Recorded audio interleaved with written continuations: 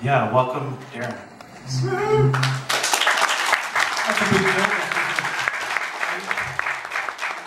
We'll move on to that. Thanks, everybody, and good evening. My name is Darin White. I got interested in talking about this at Ian's first inaugural IoT Waterloo event. Having worked in security, I didn't hear a lot of discussion about security in the context of IoT, at least locally. And once you work in security, you get a little subversively warped, and then you want to talk about it. So here we go. IoT security, maybe security in general, doesn't matter. How's that for an opening?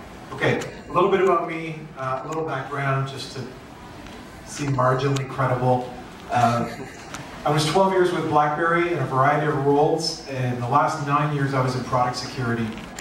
Initially as a hacker, so you might be surprised to learn that's an actual job. Hackers on the payroll, trying to break the product, trying to work with architects and developers to strengthen the product, find problems before the bad guys find them, get it fixed up. Then I went into security product management and working with the infrastructure teams, running relay, provisioning, and all kinds of crazy stuff that happens there, and trying to help them do the right things. And then as a leader of the security research team in Waterloo and in North America, and running a team of very smart hackers. So hacking, it's very much like the movies, it just goes a lot slower. Okay, and on the movies, the guy's like, bam, right, he's in 15 seconds, right? My guys will scratch their head for a little bit and then be like, the next day, they got it. Okay, so it goes slow. In the course of that 9 years in security, I think it's safe to say that I was a part of hundreds of decisions that needed to be made in terms of the product. There's an old adage that the only real secure device is one that has no battery in it and is unplugged and disconnected. And I always fancied myself, I always told my team, we're here to make money, okay? So there are perfect security solutions, and then there are security solutions that are going to allow us to make money. And so I was always, it's hard because, you know, if you're a purist, you want to get the perfect solution, right? But we got a business to run, right? You got to ship devices, you got to, this isn't going to be about BlackBerry, trust me. I am probably prohibited from talking about BlackBerry. Anyway, so we'll dive into the talk there on that. Now, since July, I've been out on the street. You'll find me down at the Communitech Hub most days by the coffee machine, hanging out, trying to get in trouble. As Ian said, I am a maker, a photographer, and a creative instigator here. I like to think of it as a Venn diagram. My life is maker movement, tech, and then arts, and I'm right in the intersection there. So I'm out on the street trying to find interesting things going on and to help people tell their stories about what they're doing. And there's no lack of stories here in the region. So I touched a little bit about why would we talk about security, especially in the context of IoT. Well, with any new technology, everything old is new again. And all the old security problems are new again. So if you think of, and I'm not really sure, I don't know if this is heresy for this audience, but when we're talking about IoT, I don't necessarily think of IoT as a new thing. Think like 6 years ago to cloud, 7 years ago maybe to cloud. Cloud, hey, that's new. It's really just, it's an amalgamation, it's a packaging, it's a productization of things that we already had. And I think about IoT in that way. So with IoT, comes all the interesting old bugs. These are the easiest kind of security vulnerabilities to find, is because they've already been found and you can just find them in a new context. So in the rush to capitalize on IoT, hey, who's running a company here? Show of hands. Right, you guys are busy, am I right? Not a lot of free time. You're trying to deliver features, you're trying to get product out in the street. Where's security on your radar? It can be low, right? Let's be honest. So that's, I think, a good reason to talk about this. As a former security guy, as I said, you start to you have a lens to look at the world, and where everybody else in the audience might be thinking, hey, that's really cool, here's someone who can make this, that will help me in the following way. I'm thinking, how can I break that, right? What are the assumptions that were made that would totally subvert that system. It's bad. You can't get rid of that once you have it. I thought maybe it was helpful. There's kind of two kinds of security people in the world. There's me, and then there's all the other security guys. And what I mean by that is, if you talk to a security evangelist, it's very myopic, right? It's like, no, we must do it this way. We've got to secure everything down. I'm more of a broader picture guy. I'm not an evangelist. Maybe I'm a capitalist. I want to make money. But I selfishly also want all of this functionality in the IoT world for myself. I want to have this stuff in my home, in my lives, and in the lives of my family, but I want it to be secure. So, the 4 slides in, if you're still with me, this is the one takeaway, this is the too long, didn't read, okay? It is, and I encourage you to do this, make an explicit decision about security. That was really, I pitched this to Ian in that one line. I said, this is what I'm telling people, is don't leave it. If you are not deciding about this, then an implicit decision is made, and it creates a lot of inertia, because you're going to have some people on your team that are worried about it. So if you can just sit down and say, yeah, we're not worried about this, your whole team can move on. But really, sit down and invest some time, make a decision about this, and we're going to talk about what that looks like. So, everybody remember Fight Club? The 90s, great movie.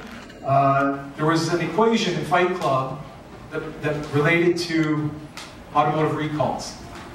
And it sort of went along the lines that if your recall costs more than the cost of settling and dealing with the consequences of a problem, they shouldn't do the recall. So I kind of translated that, and this will be a bit of the framework to talk here. So if your cost of securing your product is greater than the number of customers you have times the probable rate of security compromise times the average cost to remedy those security compromises, then you shouldn't secure your product. That's a rational decision. In an amoral corporation, in a company, that is a reasonable outcome. And I always felt I was the one saying that, right? Because you got to look at both ends of the spectrum. But it's not math. This isn't a proof. And we're going to see why. So there are some caveats around this fun equation. Security is like insurance. You don't need it until your basement floods, right? And you really need it badly and quickly. There is very much a challenge in terms of quantifying this. I know there are people sitting in this room who have sat around meeting room tables with and had hard conversations about, you know, I'm telling them this is a serious security problem, and they're saying to me, prove it. Like, what if nobody finds it? That's not a problem. You're right, what if they do? And this is kind of where you get to a bit of a leap of faith. And you gotta make a balance.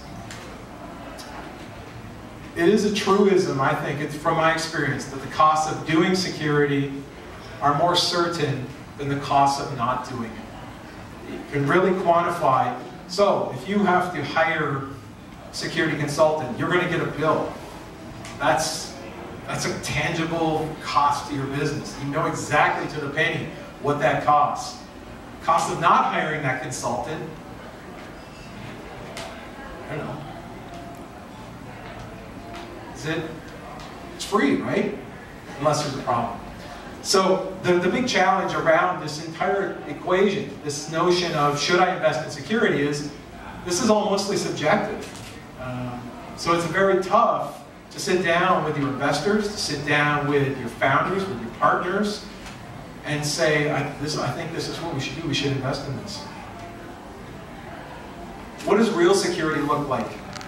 It's very interesting in the security industry, which probably like every industry is full of snake oil and all kinds of magical things that aren't real.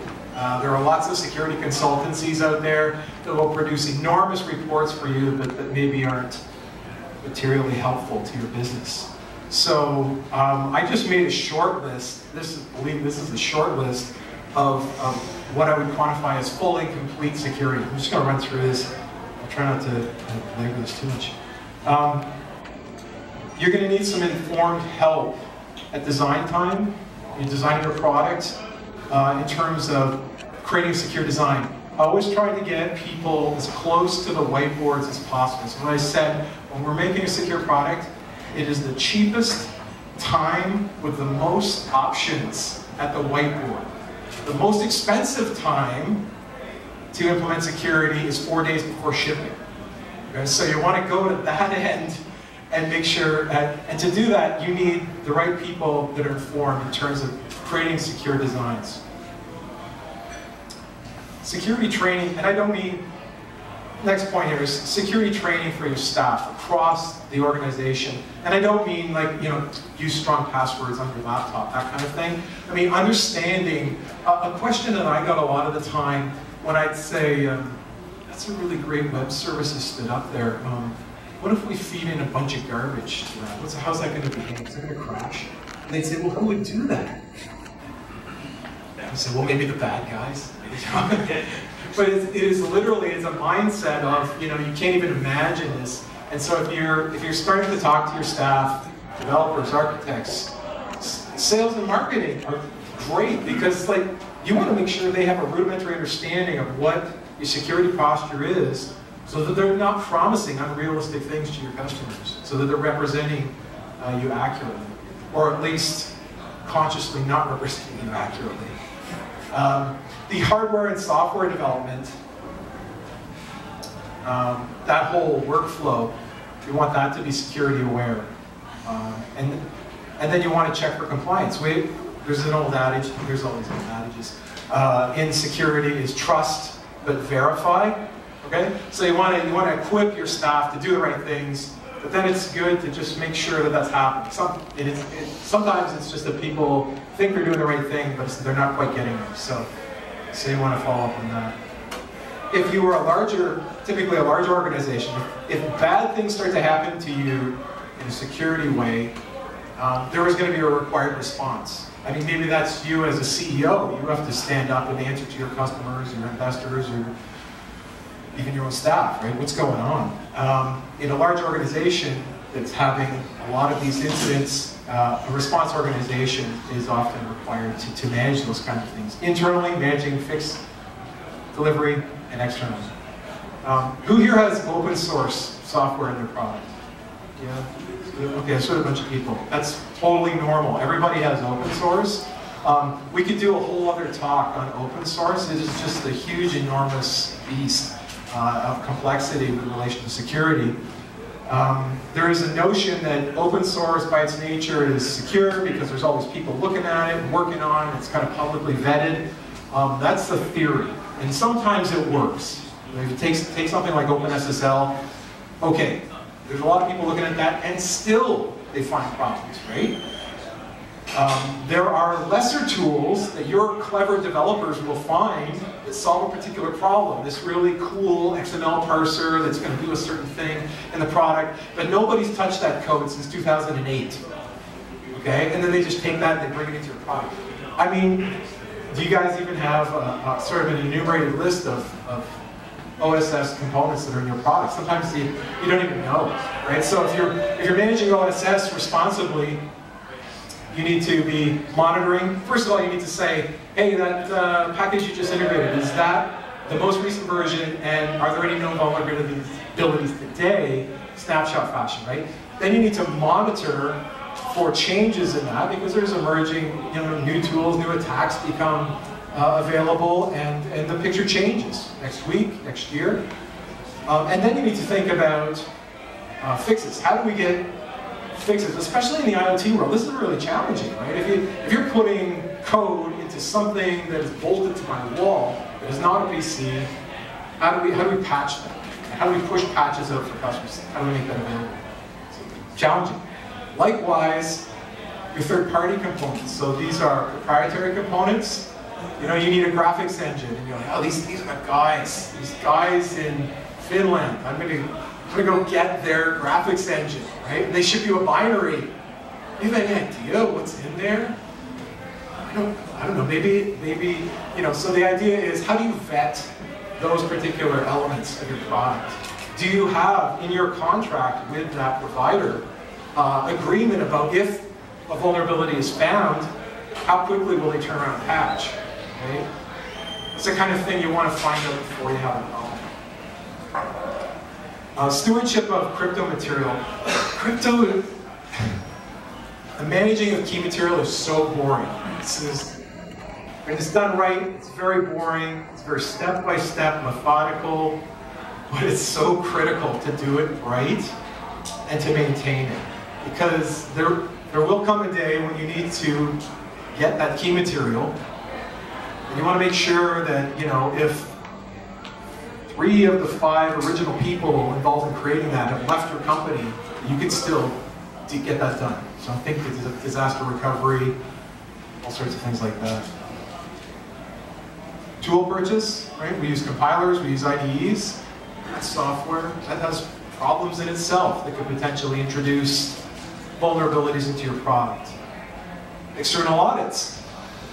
You're trying to put your product into another country, so you want to go to Germany. Germany's like, great, we want your product, but we want our guys to assess it. So you got to talk to these German guys. They're going to assess your product, right? And then you may want to decide, okay, we're going to go to a lot of countries. Are we going to have to engage external audits in a lot of different jurisdictions? Delayed time to market really sucks. This is horrible. When you find really serious problems 4 days before you're shipping a product, it's towards the end of the quarter. Those are not happy meetings to be in. And that is a very real cost of security, depending on your choices there. Certifications. Anybody making healthcare related devices? You want to go into the US, right? You may need to receive HIPAA certification. You may need to pay to have that certification achieved by a third party. Internal threats. Now, probably doesn't apply here because you guys look honest, but and we like to believe everyone we work with is honest, and maybe it initially starts out that way, but for whatever reason the picture might change, and then you have a very real threat of an insider threat, maliciously putting in things like backdoors, right? So that they can get free service or something like that. Developers might put in backdoors very innocently to do debugging, to do diagnostics, to do field service, to push patches, all kinds of reasons, right? But it introduces a risk to your product. And then what do we do, especially in the IoT space? We're at the bench, we make our prototype, right? Investors are down for this, and they're like, great, we're going to make 50,000 of these. We're not making them here, we're going to make them in China, or Hungary, or Mexico, or India, or somewhere else, somewhere where labor is cheaper, right? And now you're starting to play the trust game that your third-party manufacturer isn't introducing problems, either maliciously or just through incompetence. So, that's a big bag of holy smokes, right? Things that may not be immediately obvious when we talk about doing a thorough job of security. So the ongoing cost of not doing security, as I said, it's free, as long as there's no problems. Right? That's the insurance kind of angle. Otherwise, and this is what you'll hear from the security evangelist, it's terrible, bad things are going to happen, revenue loss, right? We sold, you know, let's say we made 50,000 of our widgets, we got 5,000 out on the street, and then there's a horrible vulnerability, it's disclosing customer data, and that gets into the front page of the Globe and Mail, and you're like, oh, it's not good. Okay, so now we're having trouble selling the other 45,000 widgets, right? It sucks. Brand damage. The poster child of brand damage is Diebold. Does anybody know about a little company from the US called Diebold? They made voting machines. So badly did they make voting machines, so prone to tampering, so insecure, that they were outed by academic researchers, and subsequently they had to change the entire name of their company because it was just the stigma attached to them. They are the poster child of brand damage. Sometimes lawsuits are not fun, ever, but if you have contractual obligations with your customers, this can trip you up when vulnerabilities come to light. Unfortunately, if we think, let's just think about cars as something that's on the Internet of Things, right? They have ABS, they have airbags, they have drive-by-wire, maybe they have driverless cars. If there's an insecurity in any of those systems that is leveraged, it could potentially lead to lawsuits. And then there's extortion by bad guys. So a story came out, I think last year, year before, about Nokia. Some bad guys, they're out there doing the research and they find this really bad problem with Nokia's product. They go to Nokia and they say, hey, we found this bad problem. As long as you give us $300,000, we don't have any problem, right? Turns out, and we find out later, that Nokia did pay them, but that's the kind of stuff that can come up. Measuring security. This slide will likely get me kicked out of the security summer camp. It's all folly. Measuring it, I don't believe I ever came across any scheme that couldn't be gamed, couldn't be swayed, open to subjective interpretation. I honestly don't think you can do this in any kind of objective, repeatable, consistent way that matters. That's pretty bad. But there are a lot of people that will tell you they can. They have schemes, they have training courses, they have tools. Oh my God, we will hook you up with all these tools. They will plug right into your IDE. Your developers will know before they even hit build that they have a vulnerability with a score of 9.0. Okay? How much security is enough? Your security, sir, is 4. I don't know, is that good? How do I get to 5? How much money do I have to spend? I don't know. The point of all this is, it goes back to my earlier comment, it is a lot of subjectivity around that equation. So security, what does it mean? Just the cart before the horse and telling you all this stuff about security. Now I'm going to talk about what is security. In general, in the industry, we talk about it with a great convenient acronym CIA. Confidentiality of data, your data, customer data. Talk about integrity. Is your system hanging together? Is it doing what it's supposed to do and not doing the other things? Talking about availability of your system. Get into download services and things like that. Is your system up for customers, for administrators? And then there's this funny bullet that usually makes the most headlines, and that's privacy. And I'm only partially joking that this doesn't matter. If you're under 30, I've had feedback, they're like, it doesn't matter, everything's public, it doesn't matter. I think that same person's going to come back at 30 and 40 and 50 and maybe have a different idea about privacy and how that can be co-opted. So that's what we're talking about when we talk about security. Relevant IoT. So I pulled these out because IoT is new. But remember, IoT isn't really new. Here's all these problems. The smart guys at IOActive, which is a great security consultancy, which I actually like, based out of Seattle in the UK, they looked at the smart power meters that went into homes. Those are pretty cool. Everybody knows what those are, right? They talk back to the mothership. They feed back usage data. Depending on the granularity, and as it turns out, the pretty poor crypto on those communications, other people can grab that data. And then, depending again on the granularity of those measurements, they can start to make inferences. Like, this is stuff you wouldn't even think of, right? This is genius stuff. If we're looking at the power consumption in your house, and it's spiked, you see these little spikes on that graph every 4 minutes, right? And I might infer, that's the refrigerator clicking on and off when nobody's opening, right? Because I look at the data in the nighttime, and it's like, has this regularity. As soon as people get up and breakfast, they're making their lunch and stuff, the fridge is opening, so the fridge is running more frequently, and I can see those little spikes getting more frequent. And then I'm like, hey, and I don't see that change. I know nobody's home, right? And that might be a good time to get into your house and do something nefarious. There's all kinds of things around smart power meters. Sony PlayStation. Sony, holy smokes, did they ever have a problem. People got into their PlayStation network and took it down, not for days, but for weeks. Customer data, credit card data, it was just horrible, horrible. I mean, even as a third party, you cringe because you're like, oh, if that happened, that's terrible, that's awful, right? You know, in that case, it takes weeks because how do you know when you're clean again, right? How do you know you closed all the holes, you got the bad guys out, we're good, everything is patched, totally solid, right? This little thing called Stuxnet for the more security aware. You might remember unnamed parties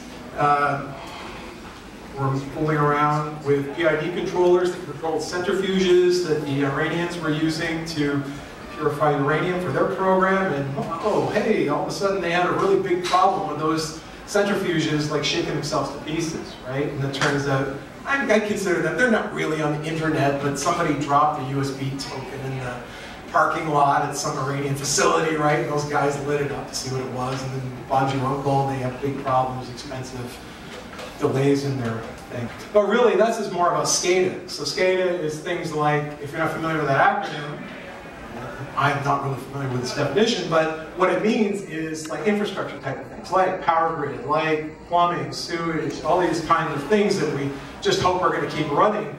All of those things have been, there's been, you know, a lot of thought over the last 15 years put into the security of those very critical systems. IP-based video cameras, right? The nanny cam, right? You're like, hey, that's 802.11, that's all cool, it ships the media stream back to my laptop.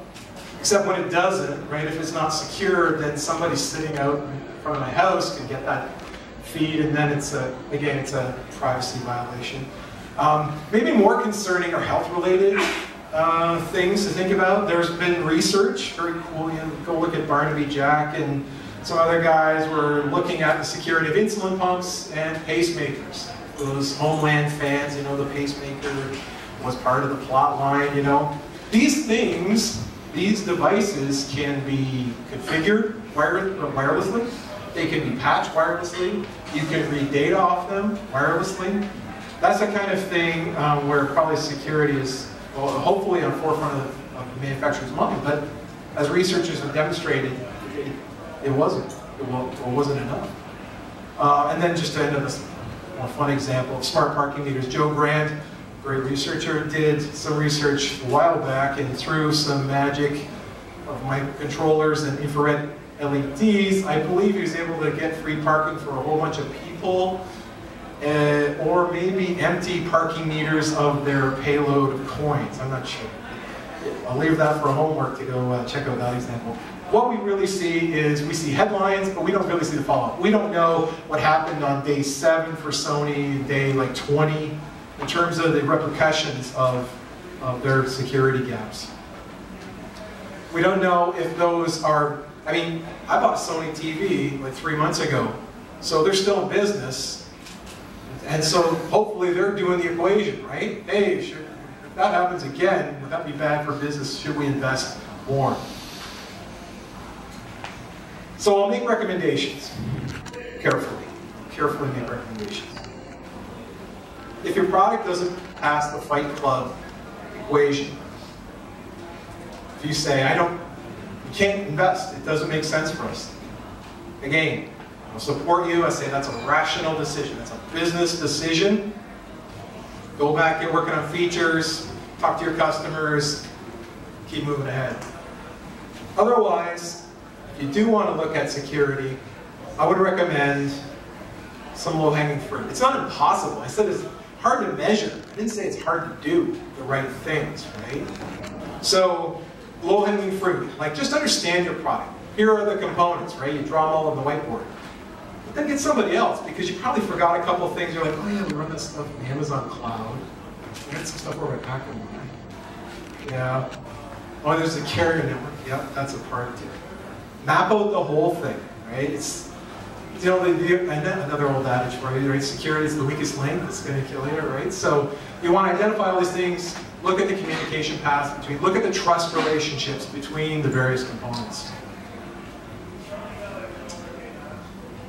There are pointy tools, they're not perfect in terms of your product. You have a cloud service. There are tools that you can run to attack the service, a web service, whatever.